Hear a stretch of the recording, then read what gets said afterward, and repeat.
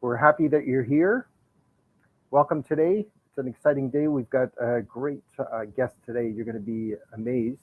And I hope you have a pen and paper and notes or record it because you're going to be going through some very fascinating things today with our guest, Dr. Douglas Carpenter. But before we go through that, I just want to cover a few things about who we are. Author Circle. My name is Joe Groh, and I'm the host of Author Circle. We have a meeting once a month, every third Saturday of the month.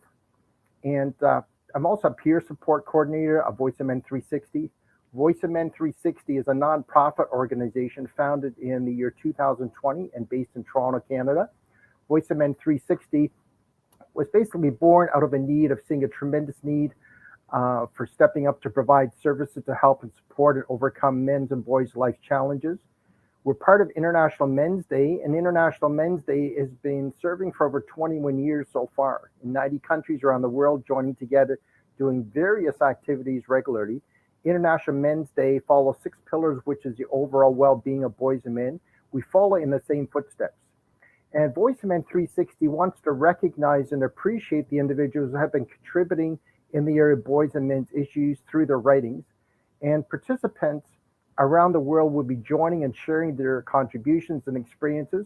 The show runs on the third Saturday every month from 11 to 12 Eastern Standard Time. And before I introduce our special guest, I'd like to go through a disclaimer. We'd like to remind you that Voice of Men 360's mission is always delivered with good faith toward peaceful harmony. The news and opinions expressed in today's episode are those of our speakers and do not represent Voice of Men 360. Our organization engages in discussion forums to offer inspiration and create awareness in the issues of men who wish to overcome their life challenges.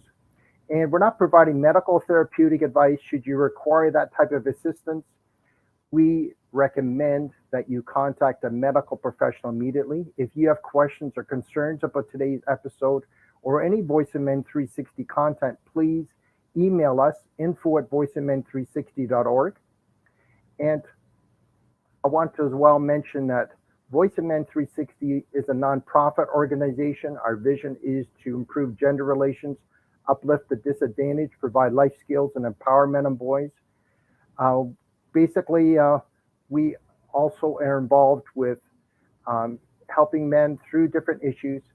So our special guest today, I'd like to introduce him, if we can bring him on board. His name is Dr. Douglas Carpenter. He is a licensed psychologist in the state of Michigan. He and his spouse, Mary Carpenter, are the founders of Insight Counseling Service. Dr. Carpenter is a doctoral degree in clinical psychology from Forest Institute of Professional Psychology. He earned a Master of Science in Counseling and Substance Abuse Rehabilitation from Pace University and has an associate's degree of Arts and Theological Studies from Kent Christian College. He has a keen ability to translate academic psychology and sound clinical research into clinical practice and in his writings.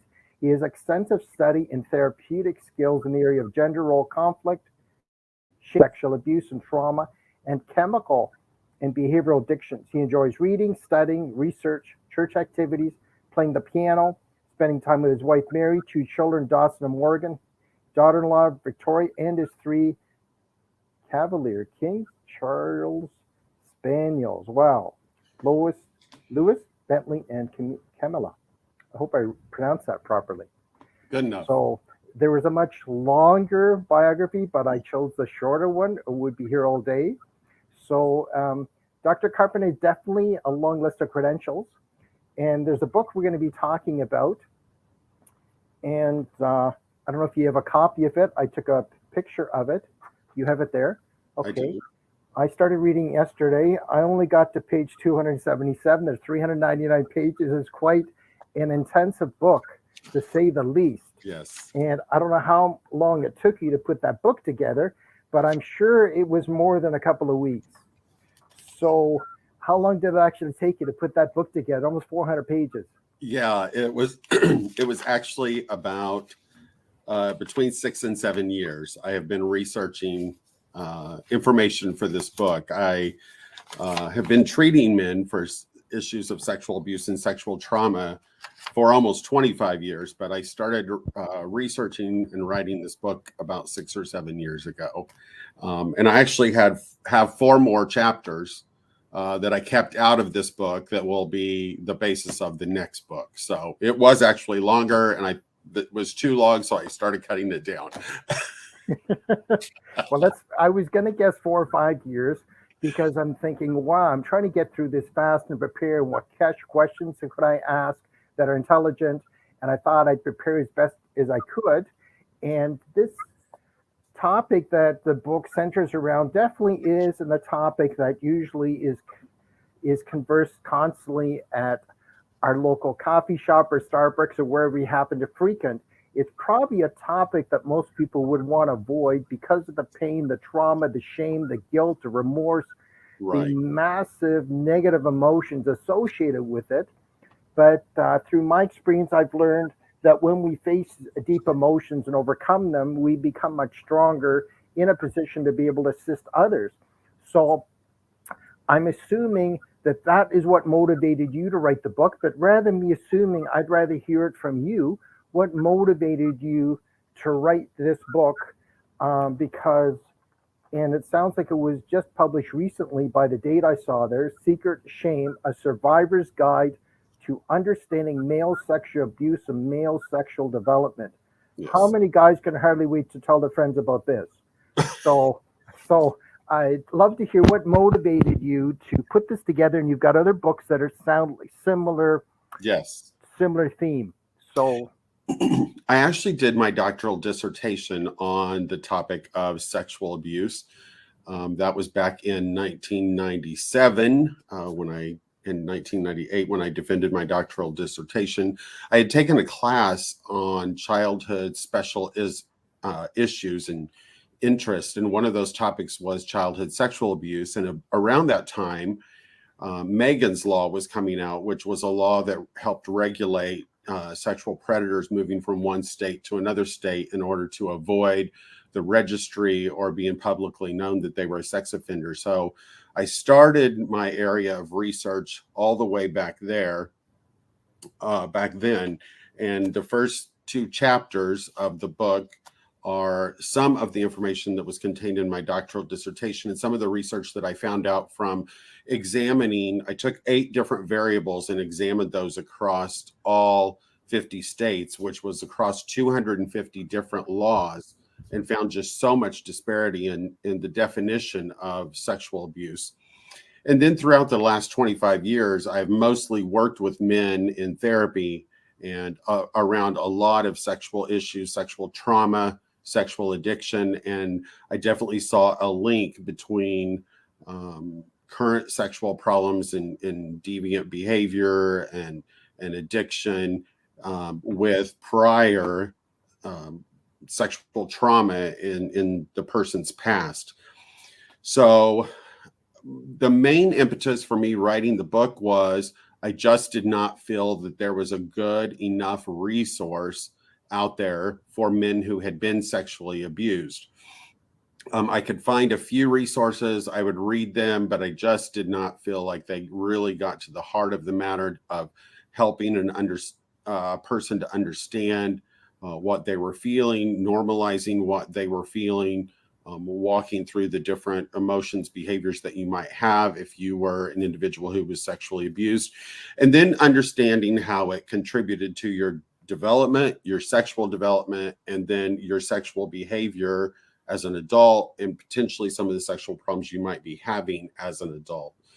So I set out then to write my own text about that would hopefully be incorporating the scientific literature, which I poured through numerous articles reading, and combining my own clinical experience. And then I also interviewed 13 men who were willing to share their stories of sexual abuse and how the sexual abuse has impacted their lives and how it's impacted their current relationships and sexual functioning. And so I took all that information over the last 6 to 7 years and formulated into this book. And also the book has a companion workbook. If anybody wants to use the workbook with their therapist to help work through their issues. That's excellent with the idea of a workbook to really get to the heart of the matter. From my experience, people can typically say when someone is going through pain, such as a death or loss or different situations of that nature, I understand, I know how you feel. But the reality is, if you are talking to someone that's sexually abused and you weren't sexually abused, how could you say that? I know how you feel. Because if I'm speaking to someone, for me to say that, I don't think I'm saying the right thing because I wasn't sexually abused. In my own life, I had other issues, but I couldn't. So if you just curious, is it okay for me to call you Doug? Absolutely. Yeah. So, Doug, if you're counseling someone that's been sexually traumatized, abused, whatever word you want to use, what would you say to them if they're going through that trauma and haven't overcome it yet? Would you say, I know how you feel? How would you help them to be able to believe that you are in a credible position of power and strength to help them through their journey? Well, that really depends on the individual. I can tell you that I have experienced some sexual trauma as a child. When I was about 12 years old, between the ages of 12 and 15, I had some experiences that I felt were very troubling to me. And so, on some level, I can relate and understand how they feel. I don't always share that with a person that I'm working with, depending on where they're at and if I feel like that's necessary information for them. Most of the time, when people come to me for therapy around this issue, they understand already that I have some expertise in this area because of books that I've written, because of other public talks that I've done, um, reading my bio on my website, my author website, or even my business website. So they come to me understanding that I have some degree of understanding of this, and so I do let them know of the resources that I've written. I also let them know my clinical background, the years of experience that I've had, and how much reading and research I've done in this area. And so I think within the first few minutes of speaking with me and me being able to converse with them about this in a way that helps them to feel comfortable and to feel safe, and that it's important for them to find their voice in a safe place. Um, I have found so many men will just then begin to open up and share their story with me. So, a lot of the research shows that it's really not about the type of therapy that you use, that it's about the relationship that you can establish with a person who needs help. And so I think that's always been one of my gifts, that I can easily establish a therapeutic relationship with my clients. And, I think they then become significantly comfortable with me fairly quickly to begin to share this information. Well, I admire, respect your openness and will to express, because from my own experience, to be able to help someone through a troubling experience, it's difficult if you haven't been able to overcome it yourself. But if you are on a crusade and as a champion to be able to overcome with strength and with wisdom, courage, who learns more, the teacher or the student? And the more you're teaching, the more you're coaching, and the books you're writing, it's therapeutic, I'm sure, for you, and makes the burden much lighter. You go through extensive detail. I think the book is amazing. I'm not quite through it, but I'm considering rereading it again. And I want to finish it off. I'm look at the amount of the information you packed in there is incredible with the details. The notes I took 5 pages of notes. I'm not even close to being finished. Is when you define shame and you define things. I love at the end of the chapters where you have, for example, I don't know if you can see this, it says, I don't think they can read it, questions to consider. So I love that as thought provoking once you're going through the chapter is to be able to analyze, are those the questions that are in the workbook? Actually, the majority of them are not, or if they are, they go much more in depth. The workbook actually takes some of the research that's in the main text, but even expands it further into the specific. The workbook provides different writing exercises, many different checklists that you can go through and examine symptoms and feelings and thoughts that you're having. So a lot of the research that's mentioned in the main text is then expanded in the workbook to actually go through the information and help you begin to process it. The questions at the end of each chapter in the main text is really just to get you thinking either about your own abuse in a way that maybe you've never processed it before, or to get you thinking about the person in your life who's been abused and the important points that need to be considered and thought about and then discussed.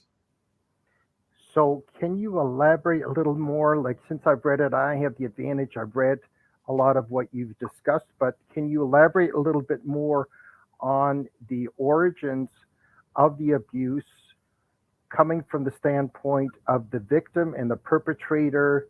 And as we move along, I wish we had 10 hours to go through it because that's how much information we have. But to elaborate within the short time we have is to discussing first the problem and then what are some solutions, how someone can overcome their pain, their sorrow, their anguish, their trauma from the past to the point that they're in a position to champion and help others.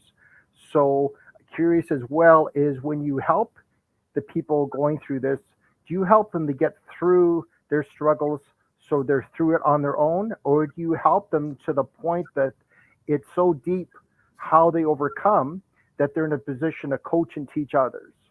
So there's a lot of questions all of a sudden. I can repeat them. First of all, can you go through and elaborate in more detail your definitions of shame, the trauma, and you've got some great resources. Peter Levine, I'm familiar with him, about trauma expert. I've read his books and what the definitions are, what the problem is.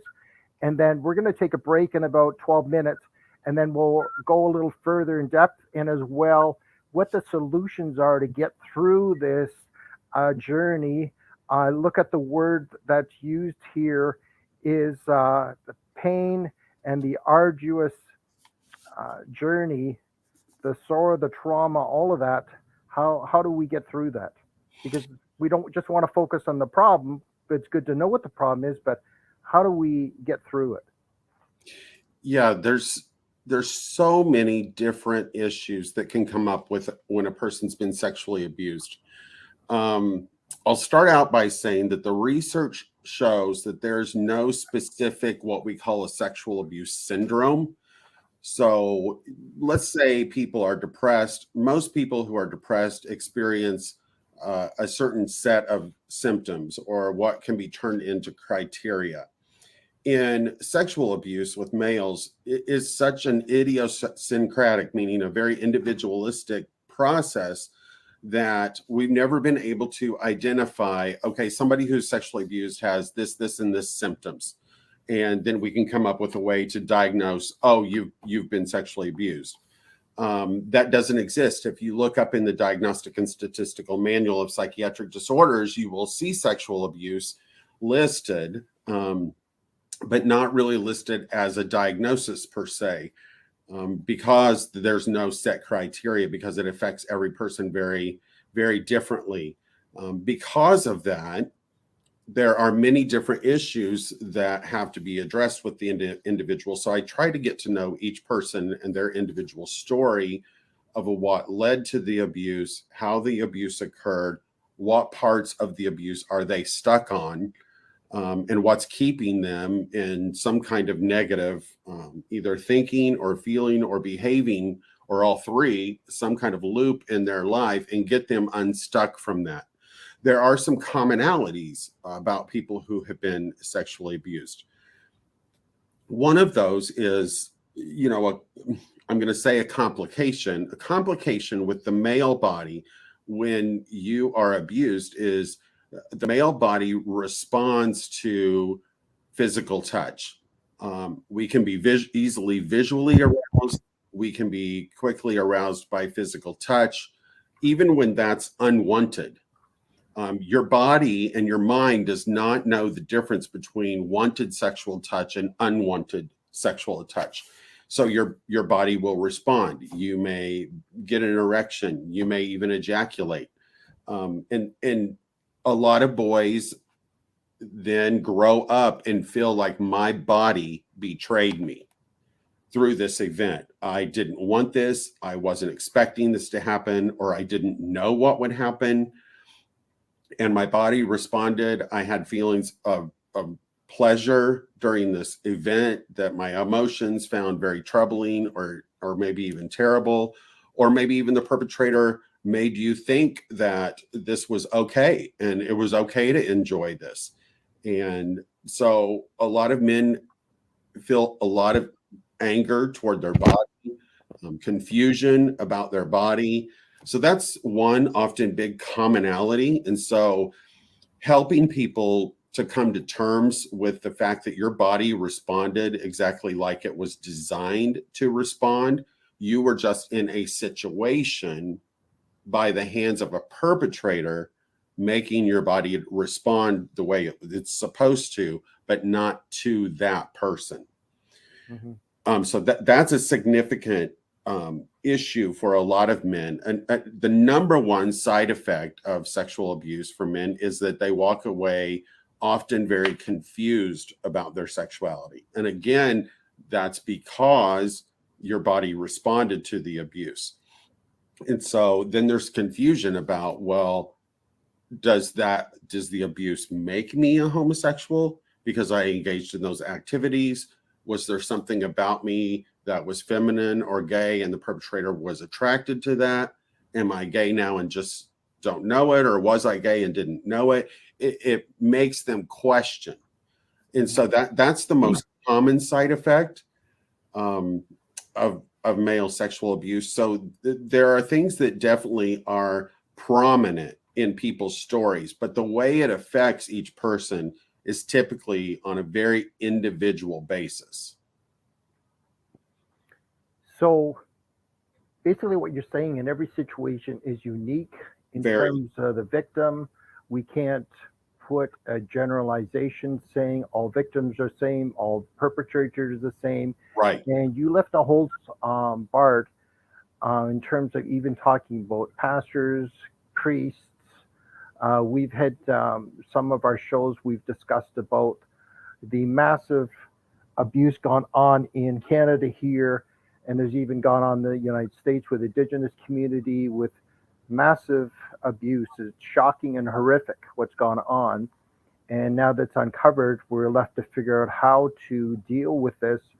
The people that have witnessed it, heard about it, experienced it, and the people that are close, it's very traumatic for a lot of people. Yes, it is. So trauma, dealing with that, how would you say, in your opinion, would be a simplified journey of it to a fast track? Or is there such a thing? Or is it going to be a lifelong journey to overcome the massive trauma from the past or childhood? Well, again, that's a very individualistic thing because if you look at a research study that I think was posted by the American Psychological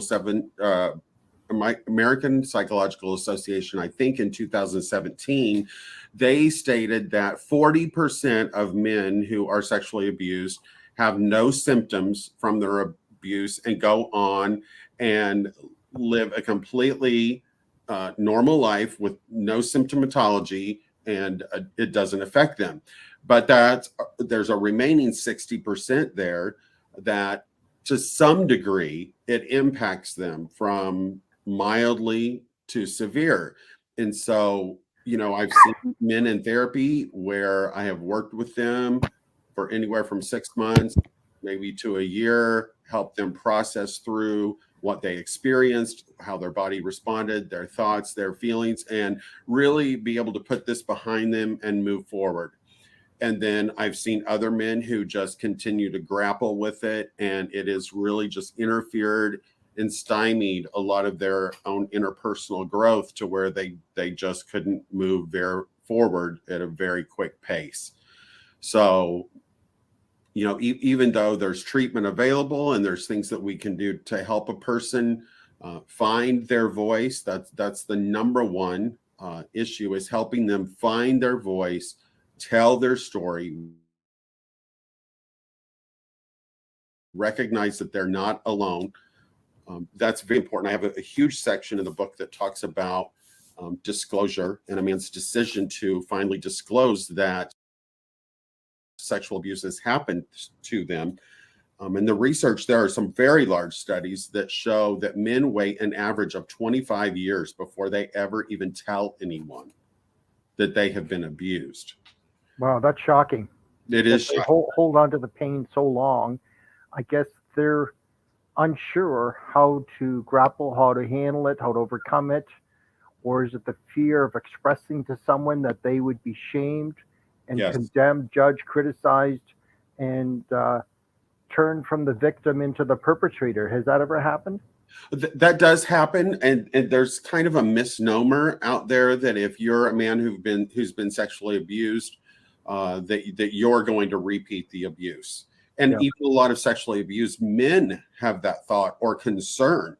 But really, the research shows that a very, very small percentage of people who are abused go on to abuse other people.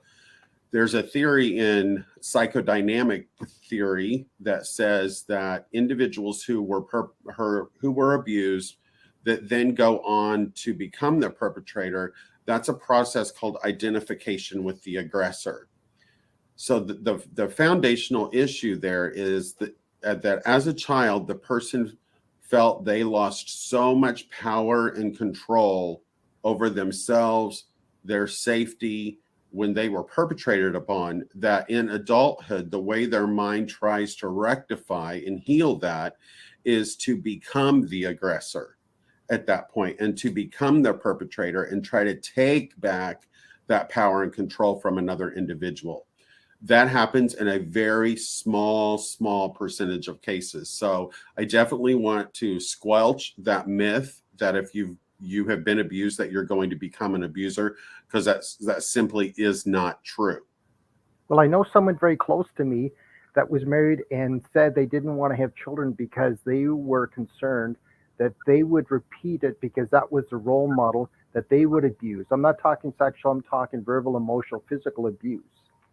Right. And those are always a possibility. Yeah.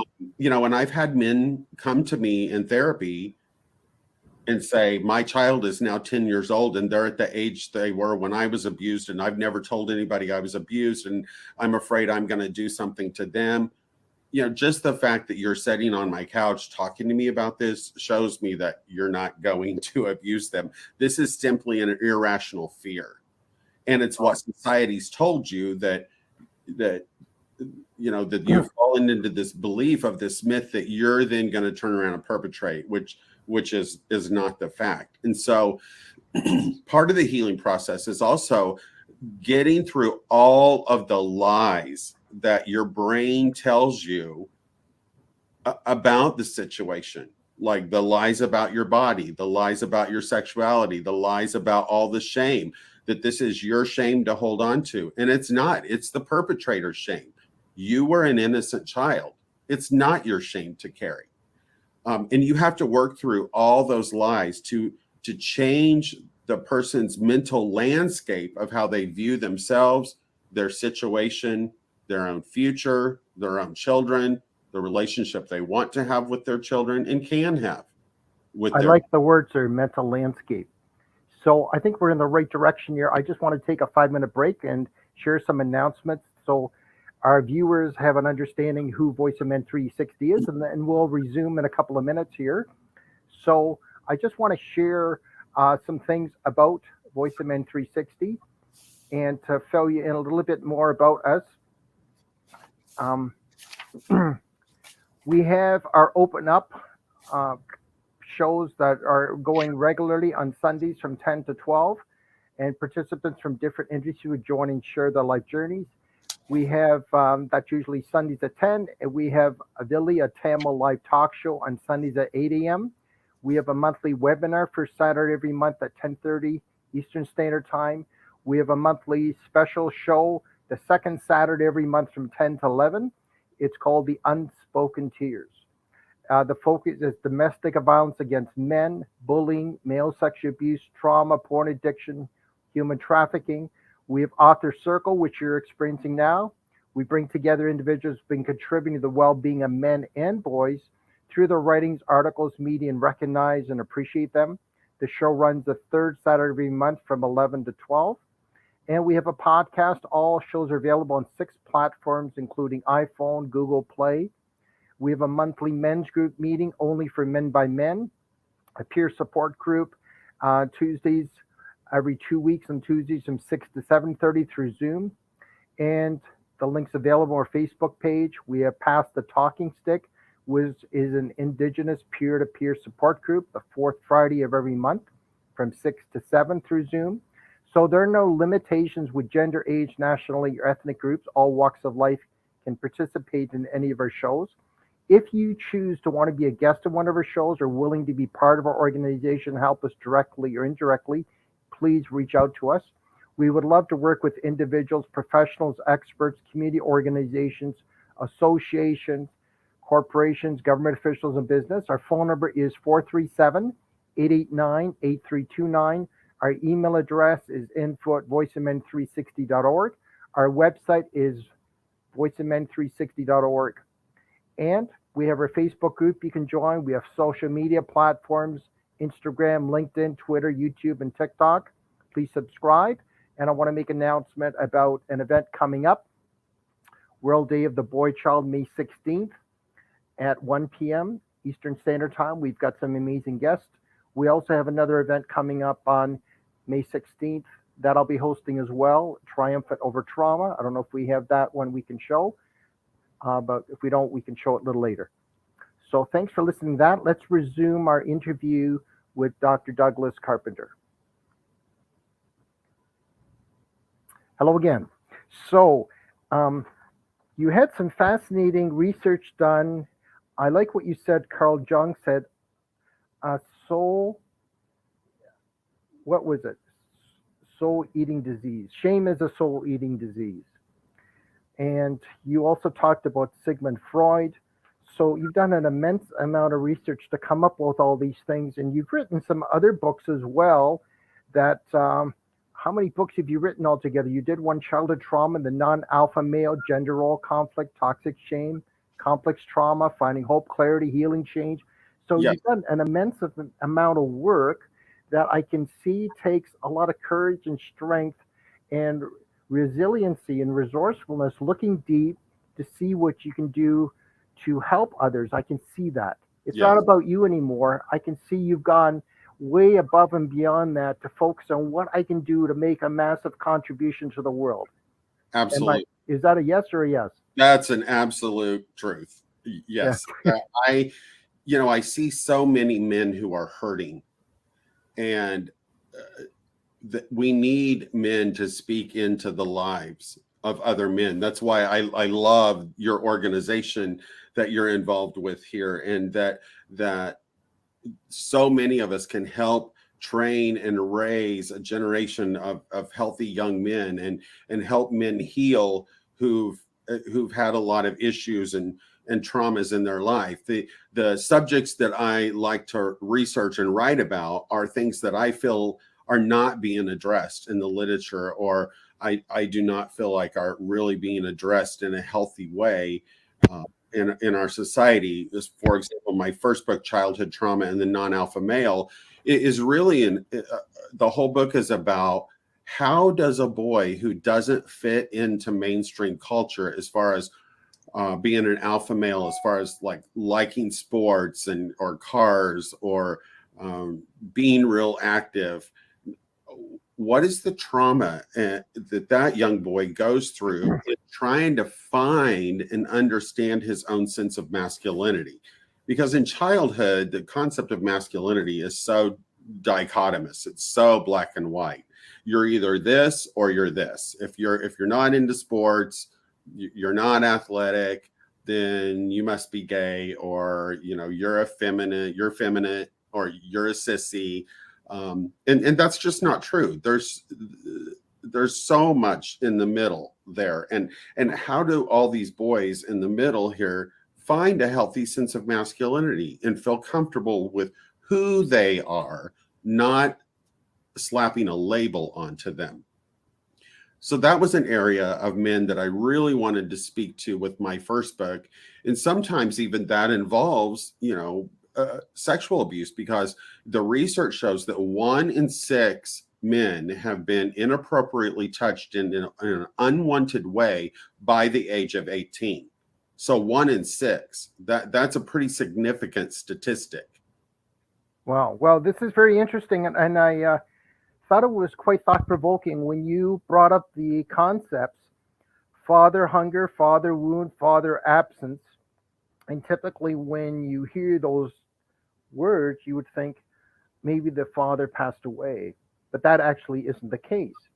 So, from Right. what I read and understand, if you're emotionally, physically, verbally abused by your father, stepfather, sexually abused, then what is your concept of a true masculine role model to Right. enable you to go through life with strength and compassion?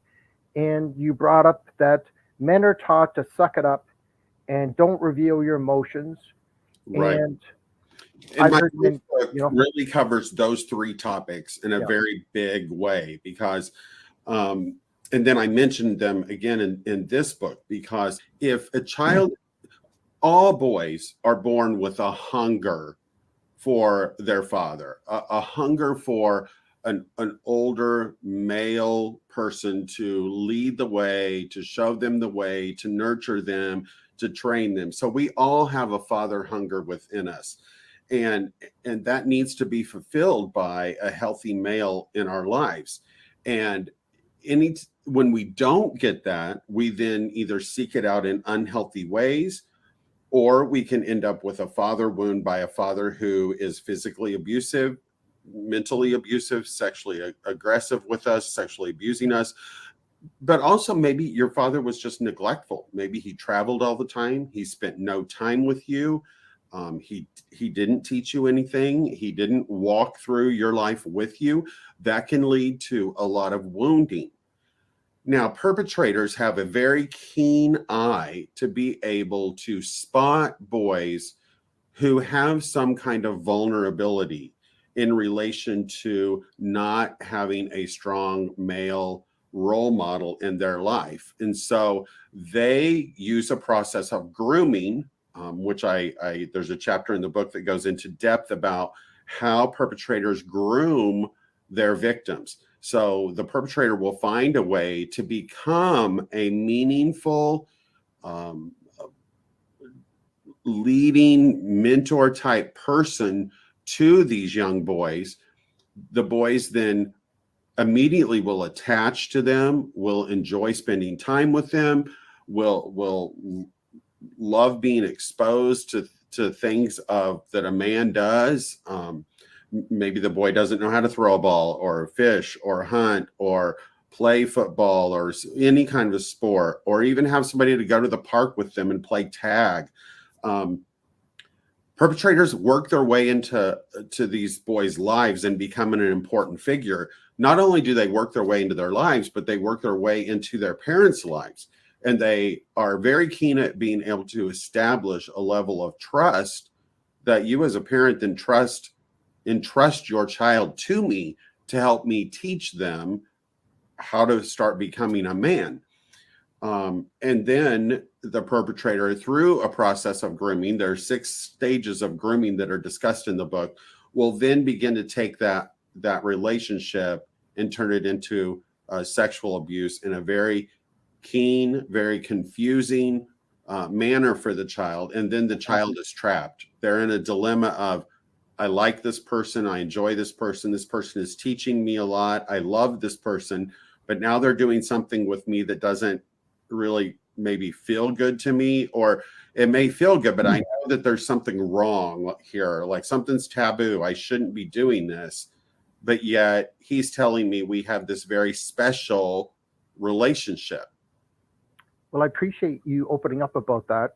We have approximately 15 minutes left. So, what I'd love to cover the short time that we have is basic concepts of how would someone that had an inappropriate father role model find the correct father role model. And in a case like you are bringing up, the person was groomed by, it could be a Boy Scout leader, could be a priest, could be a next door neighbor that now has a trust of the parents, a trust of the boy, and that particular person abuses that trust.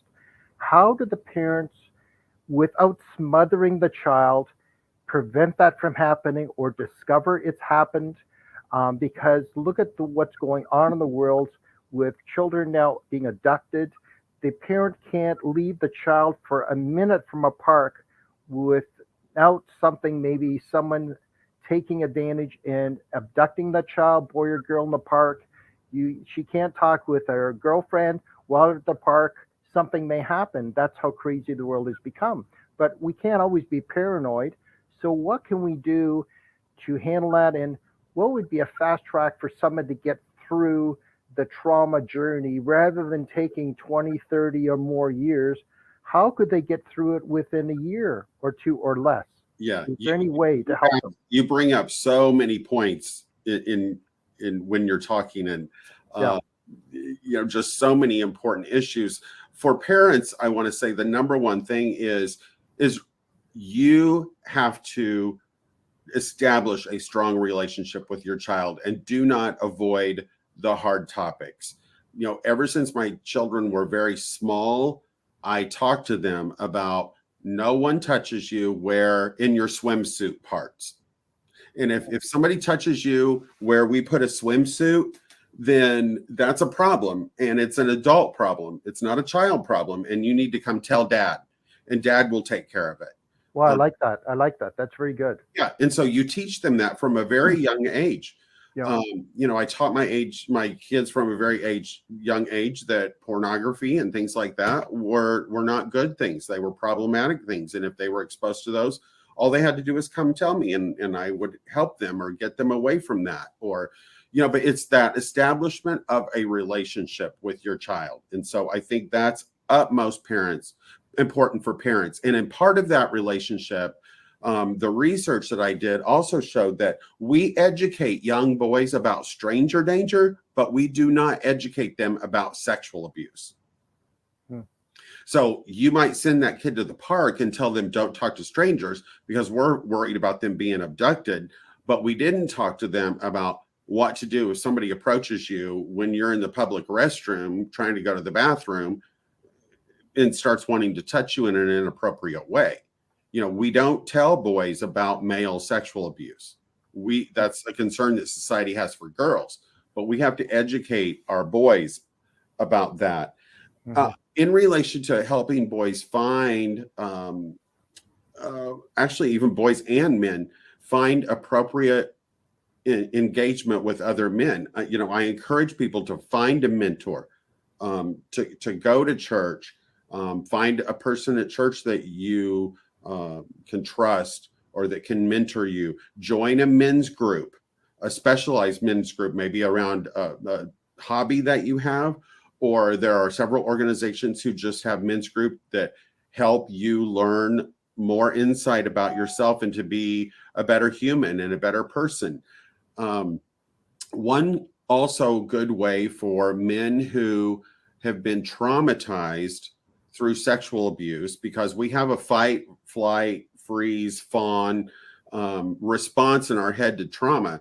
If you are in a freeze mode where you still feel like maybe the trauma is happening to you, or that there are things that like PTSD, post-traumatic stress disorder, one way to help treat that is to get involved in some kind of movement therapy, like trauma sensitive yoga, Tai Chi, some type of martial arts. I have a man right now who he just became a black belt in karate last month, and being involved in karate and having a mentor through karate has helped him so much learn to trust men again, learn how to build relationships with men again, learn that he can defend himself, that he can trust his instincts. So that there are lots of different ways to find healthy male relationships to help you move on from your abuse. I really like your ideas there. And you touched briefly on church. I noticed in your biography, I read that you have an associate's arts degree of theological studies from Kent Christian College. Elaborate a little bit about your relationship with spiritual items and God. Has that helped you at all? Where are you when it comes to the creator of the universe? Has that provided wisdom and strength to enable you to help yourself and help others through this journey? Absolutely. And I think that definitely depends on people who've been sexually abused by clergy or by a person who represented God or deity often have a much more difficult time with the concept of religion or spirituality. And they kind of have their own set of issues that they have to work through in relation to their own abuse, and being able to separate their abuse from God or the church or what that represents for them, and then helping them see how that can be beneficial in their life. There's actually 5 different stages to healing. And I wanted to just mention those real quick. And we've kind of touched on the first one, but the first one is breaking through the masculine veneer. That whole concept of that we have to be strong, we have to be, we can't be weak, we can't be somebody who's sexual abuse, because that would imply weakness, that would imply that I didn't have the ability to defend myself. Well, the children don't have the ability to defend themselves. So you first have to work through that idea that I'm a man, I should have been able to stop this, this shouldn't have happened to me. That's simply not true. You're a vulnerable child.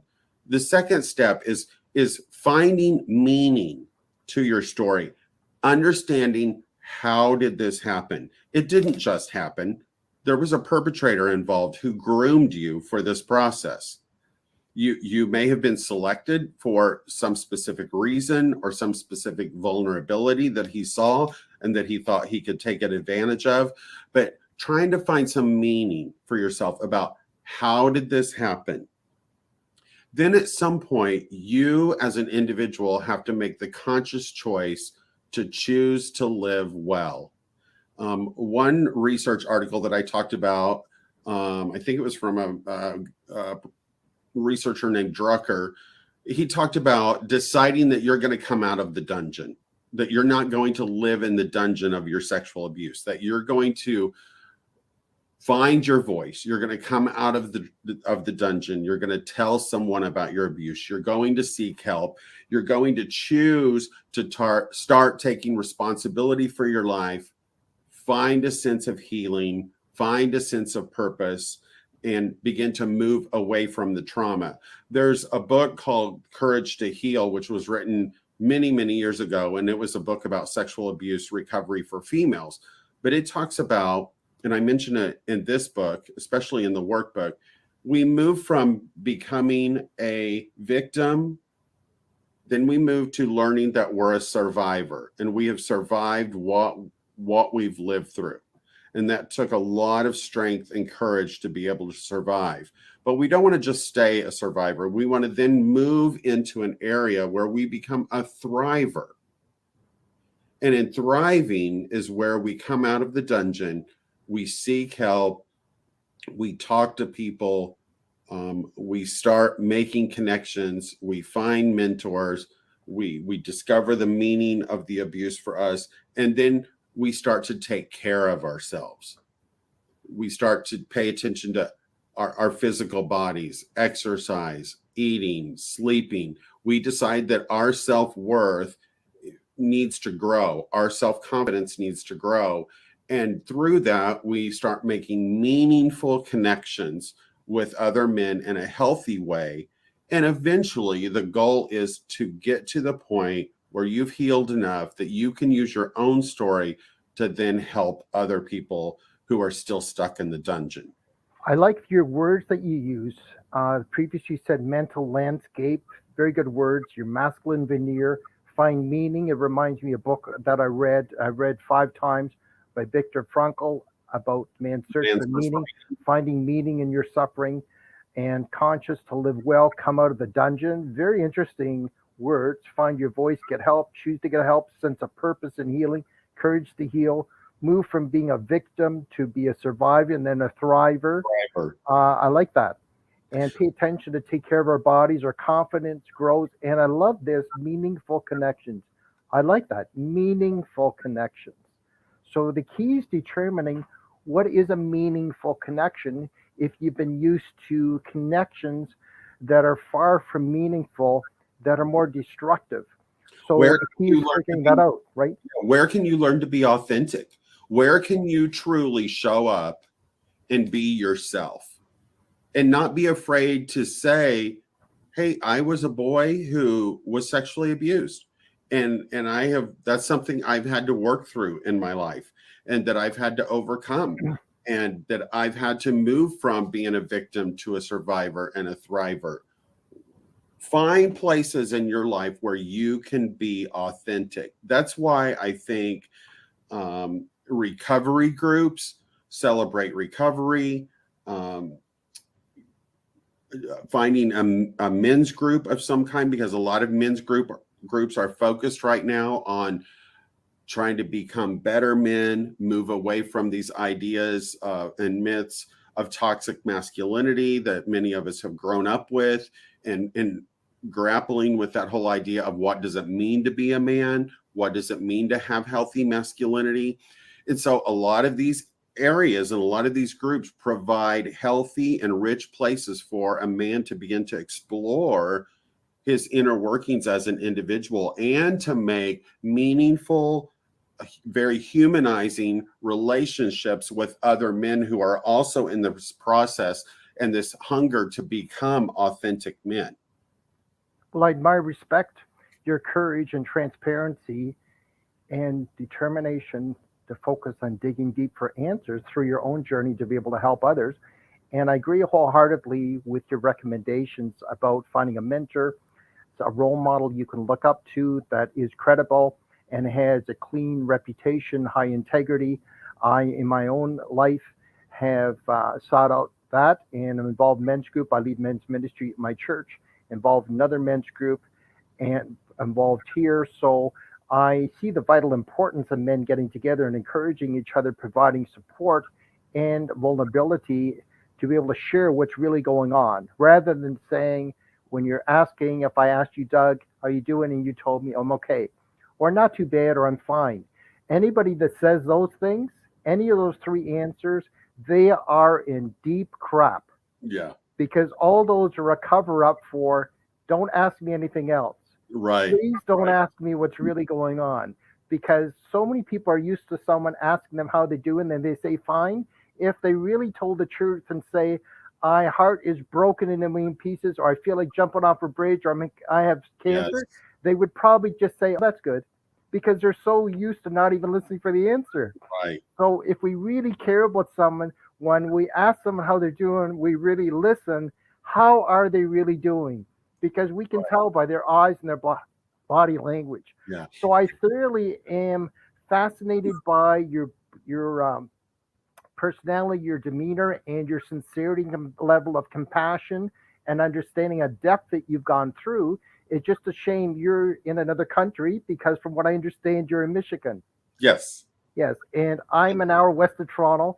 So Okay. this is the 5th episode of Author's Circle. I'm thoroughly enjoying doing this because it's not only helping people find out about authors, but I'm growing and learning through it. There's a reason for everything.